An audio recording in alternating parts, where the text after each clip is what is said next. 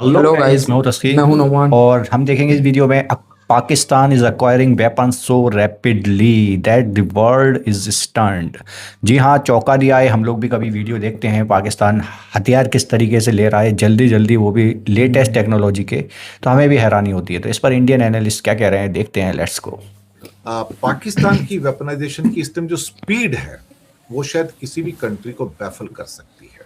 हम्म। आ, बहुत दो तेजी साल से। के अंदर अंदर 4 एआईपी इक्विप्ड पनडुब्बियां सबमरीन्स को चाइना से लेना एक बड़ी अचीवमेंट है, बहुत बड़ी अचीवमेंट है। 2 साल में क्योंकि एक 4। एक सबमरीन को बनाने में सालों साल लग जाते हैं। इंडिया ने तो अब ऑर्डर दिया है, तो अभी तक तो फाइनल ऑर्डर नहीं हुआ। 2035 तक जर्मनी से बननी शुरू होंगी, तो तब 2035 को पहली डिलीवरी होगी सबमरीन की, वो भी 6। 35 और बहुत तब तक टाइम। तो पाकिस्तान की 8 आ चुकी होंगी, 4 तो आ चुकी हैं, 4 और वहां पर बनेंगी। तो वो भी एआईपी इक्विप्ड ये पनडुब्बियां हैं जो क्या कहते हैं कि सबमरीन्स हैं।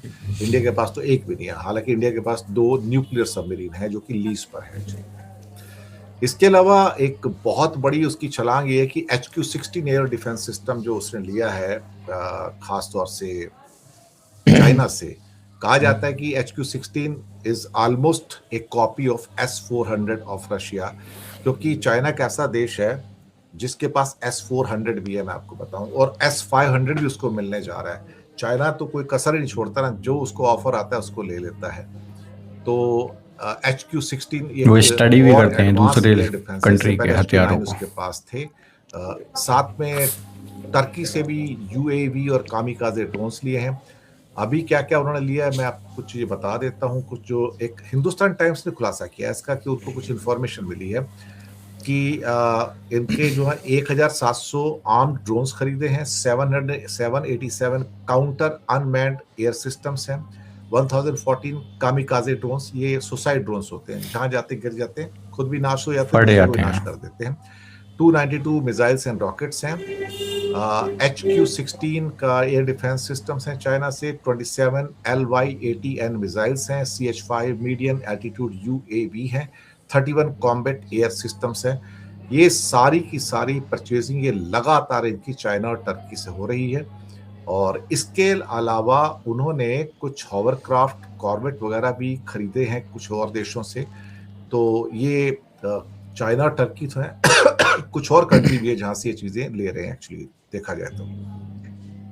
बहुत अब सारा सामान ले रहे हैं अलग इनको अलग देशों से। जो खास तौर से ऑपरेशन सिंदूर के बाद जो उनकी स्पीड है वो बड़ी तेज हुई है। इससे पहले हमने एक और भी खबर दी थी आपको कि वो ये थी कि चाइना वाज टू गिव करीब 40 J-35 stealth fighters to Pakistan, जो उसको करीब अगस्त महीने में मिल रहे थे, जुलाई अगस्त में हैंड ओवर होने थे।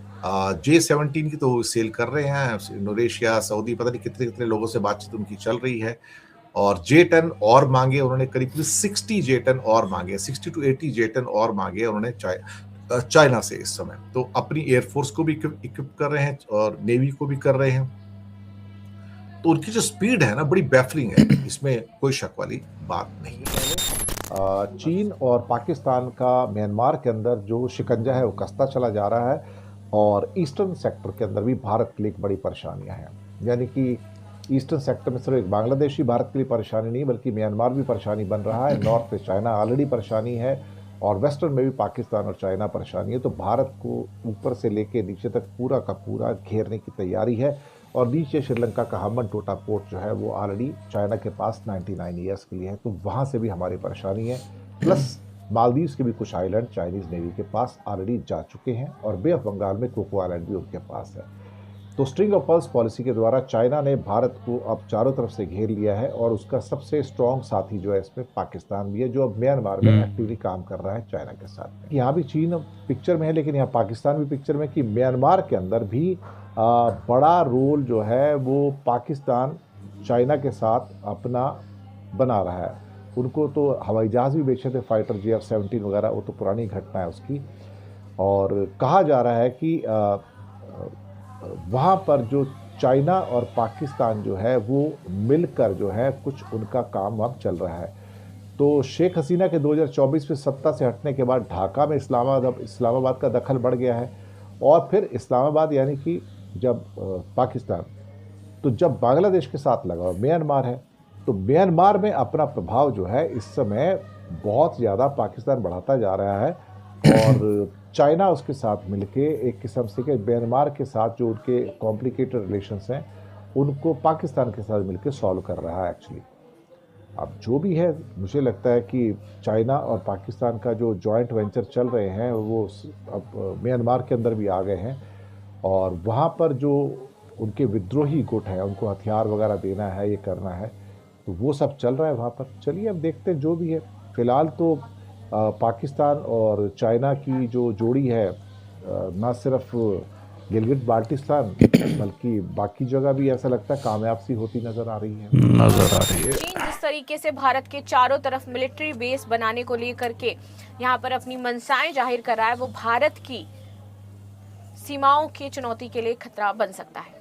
पाकिस्तान के ग्वादर में बन रहा चीनी एयरपोर्ट, कैसे ओमान ने भी किया है इसमें फंड, भारत के लिए ये बड़ी चुनौती बनता जाएगा, इस पर बात करेंगे हम लोग। पाकिस्तान के बलूचिस्तान प्रांत में स्थित ग्वादर को चीन भारत के खिलाफ रणनीतिक रूप से इस्तेमाल कर सकता है। ये सिर्फ एक बंदरगाह नहीं रहा है, बल्कि यहाँ पर अब तेजी से इसका मिलिट्री यूज शुरू हो चुका है और एयरपोर्ट भी बनाया जा रहा है।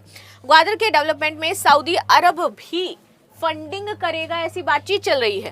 पाकिस्तान ने 1000 मीटर का एक टर्मिनल सऊदी के नाम पर भी यहाँ पर डील किया हुआ है। ग्वादर में जो एयरपोर्ट बनाया जा रहा है वो दोहरे इस्तेमाल के लायक है, यानी कि ग्वादर बंदरगाह जो रनवे पे बनाया गया है, इससे लड़ाकू विमान भी उड़ सकते हैं। और पिछले एक दशक की अगर हम बात करें तो चीन पाकिस्तान की संयुक्त भू राजनीतिक सोच का ये केंद्र बना हुआ है। देखो भाई, बंदरगाह के बाद अब न्यू ग्वादर इंटरनेशनल एयरपोर्ट का निर्माण इस क्षेत्र को समुद्री हवाई हब में बदल देगा। नाउ चीन इसे आधिकारिक रूप से आर्थिक विकास और कनेक्टिविटी परियोजना बताता है, जबकि भारत और कई वैश्विक सुरक्षा विश्लेषक मानते हैं कि ये डुअल यूज के लिए बनाया जा रहा है इंफ्रास्ट्रक्चर, जो कि भारत के लिए किसी भी तरीके से सुरक्षित नहीं हो जाता है। न्यू ग्वादर इंटरनेशनल एयरपोर्ट तकनीक और वित्तीय प्रोफाइल की बात करें तो बुनियादी संरचना इसमें $246 मिलियन लगेगा। वित्त पोषण चीनी सरकार ने किया है 230 मिलियन और ओमान 17.5 मिलियन दे रहा है। निर्माण प्रारंभ होगा हमारा जो हुआ था 2019 में। अभी इसमें रनवे 3648 मीटर का, टर्मिनल 14000 वर्ग मीटर, यात्री क्षमता 4 लाख, भविष्य 16 लाख वर्ष तक इसका विस्तार होने की बात है। इतनी लंबी रनवे क्षमता आमतौर पर छोटे क्षेत्रीय एयरपोर्ट्स के लिए आवश्यक नहीं है। यही कारण है कि इसका इस्तेमाल सैन्य कार्रवाई के लिए होगा। लागत में असामान्य वृद्धि है। क्या संकेत मिलते हैं? 2010 में यहाँ पर 7.5 बिलियन, 2015 में 22, 21 में यहाँ पर 51 और 3 जून 2023 तक $60 बिलियन की आवश्यकता पड़ रही थी इनको। इस वृद्धि को पाकिस्तान की सेंट्रल गवर्नमेंट वर्किंग पार्टी ने मंजूरी दी। लागत ने बार बार वृद्धि अक्सर सुरक्षा, लॉजिस्टिक और सैन्य ग्रांट अवसंरचना से जुड़ने की ओर इशारा किया है। डुअल यूज के सैन्य संकेत क्या है भाई? तो रनवे और एयरक्राफ्ट क्षमता विकसित कर रहे हो उस रनवे पर। सिंपल सी बात है, बोइंग 747, एयरबस A380, भारी सैन्य ट्रांसपोर्ट Y-20, C-17 क्लास और फाइटर जेट ऑपरेशन की सैद्धांतिक क्षमता है ये। परिचालन पैटर्न, सीमित नागरिकता उड़ाने, भारी सुरक्षा घेरा और ग्वादर पोर्ट के साथ एकीकृत लॉजिस्टिक्स। संभावित उपयोग तो ISR, intelligence, surveillance and recession के लिए किया जाएगा। ड्रोन ऑपरेशन, लॉन्ग रेंज और संयुक्त चीनी पाक अभ्यास के लिए इसका यूज होगा। यही कारण है कि रक्षा विशेषज्ञ मानते हैं कि भविष्य में यहाँ से PLA, नेवी और पाकिस्तानी नौसेना संयुक्त ऑपरेशन किया करेंगे। CPAC और BRI का सामरिक आयाम। तो NGIA new Gwadar international airport चीन पाकिस्तान आर्थिक गलियारा का अहम हिस्सा था, जो आगे चल करके चीन की बेल्ट एंड रोड इनिशिएटिव को हिंद महासागर से जोड़ेगा करेगा। तो समझ पा रहे हो उनकी स्ट्रैटेजी कितनी लंबी है। हरमुज जलसमृद्ध ऊर्जा रणनीति, यहाँ पर 20% तेल परिवहन यहीं से गुजरता है और इसीलिए हरमुज को भी इसमें जोड़ा जा रहा था। नाउ संकट काल में ऊर्जा आपूर्ति अप्रत्यक्ष दबाव में आ सकती है। समुद्री व्यापार मार्गों की निगरानी में चीन की बढ़त हो जाएगी, ये भारत के लिए खतरा है। ओमान की सीधी वित्तीय सहायता, सऊदी अरब द्वारा ग्वादर विकास में निवेश, टर्मिनल से जुड़ी विशेष व्यवस्थाओं की रिपोर्ट ये बताता है कि कैसे ग्वादर केवल चीन पाक परियोजना नहीं है, अब इसमें धीरे धीरे आपके ये जितने भी मुस्लिम कंट्रीज हैं वो शामिल होते नजर आ रहे हैं। सैन्य रणनीति भारत के लिए बहुआयामी चुनौतियां हैं। वीडियो था रिलेटेड टू कि पाकिस्तान कितने तेज़ी से हथियारों को अक्वायर कर रहा है और ले रहा है, और ये चीज़ें जैसा कि हम बोल चुके हैं कि भाई पाकिस्तान वाकई में हैरान कर देता है इन चीज़ों को लेकर कि पाकिस्तान का मतलब इकोनॉमी पैसा हमेशा कम आका जाता है। दूसरी कंट्रीज़ जो हैं, हमारे देश में भी मीडिया पर यही बातें होती रहती हैं कि भाई उस पर पैसा नहीं है, लेकिन सबसे ज़्यादा इन्वेस्टमेंट वो अपनी फ़ौज पर करता है भाई। हथियारों पर, नेवी हो, एयरफोर्स हो, इन चीज़ों के लिए वो अभी बहुत तेज़ी से हथियार हर ले कुछ रहा है। देख के चलता है वो। हाँ, और ये चीज़ पूरे दुनिया को हैरान कर रही है कि पाकिस्तान इतनी तेज़ी से कहीं से भी कुछ भी हथियार ले रहा है और उसकी सेल भी बढ़ी हुई है इस टाइम। मतलब पैसा आ भी रहा है और जा भी रहा है। जा तो शायद कम ही रहा होगा उसका, क्योंकि ले रहा है तो वो चुनिंदा चीज़ें ले रहा है और सस्ते में ले लेता है। कभी चाइना से ले लेता है, और वो भी 5th जनरेशन के जेट की बात इन्होंने जैसे बीच में बोली थी। तो ये सारी चीज़ें वो बहुत तेज़ी से एक्वायर कर रहा है। और बजट में ले रहा है। हाँ, और 1 साल भी नहीं हुआ है अभी जंग को, लेकिन उसके बाद इसने तेज़ी से हथियार लेना शुरू कर दिए हैं सेफ्टी के लिए, सेफ्टी के पर्पज़ से या दिखाने के लिए, जो भी हो। बाकी आप लोग क्या कहोगे कमेंट सेक्शन में बताओ। एंड करते हैं फिलहाल वीडियो को। Bye bye, take take care. Care.